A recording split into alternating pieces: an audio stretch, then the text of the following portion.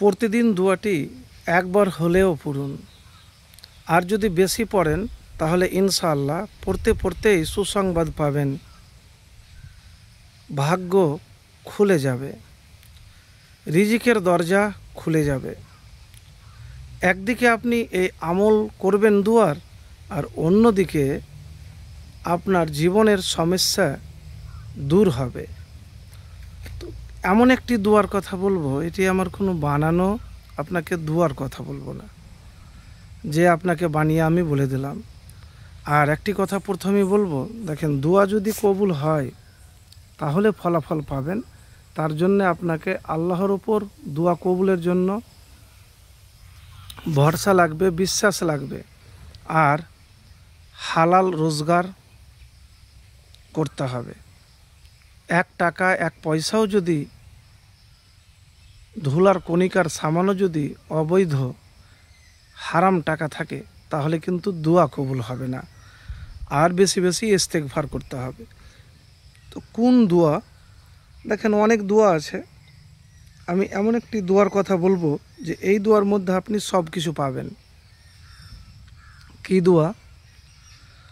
আল্লাহুম্মা ইন্নী আউযুবিকা মিন জাহদিল বালাই ওয়া দারাকিস সাকাই ওয়া সুইল কজাই ওয়া শামাতাতিল আদাই।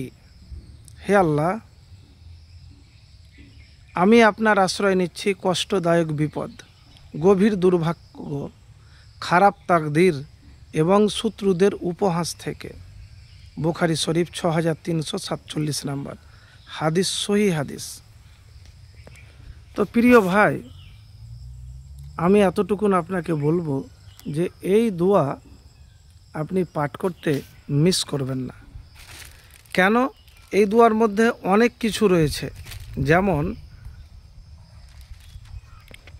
খারাপ তাকদীর, এটা হয় না কখনো কখনো মনে হয় যে আপনার তাকদীরটাই খারাপ।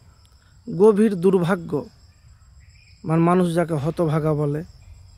কষ্টদায়ক বিপদ, বিপদ তো সবই কষ্টদায়ক, কিন্তু এমনও কিছু যন্ত্রণাদায়ক কষ্টদায়ক বিপদ আছে যেগুলি সহ্য করাও খুবই কঠিন। তো প্রিয় ভাই, আমি এতটুকুন বলবো। আর সবচাইতে বড় জীবনের জ্বালা কি জানেন? সেটি হলো শত্রুর উপহাস। মানুষ অবহেলা করে, আপনাকে নিয়ে ঠাট্টা করে, মজাক করে। তো শত্রুর উপহাস থেকে আপনাকে অবহেলা করে। তো এই দোয়াটি আমি একবার বলেছি, আপনি বারবারও পড়তে পারেন।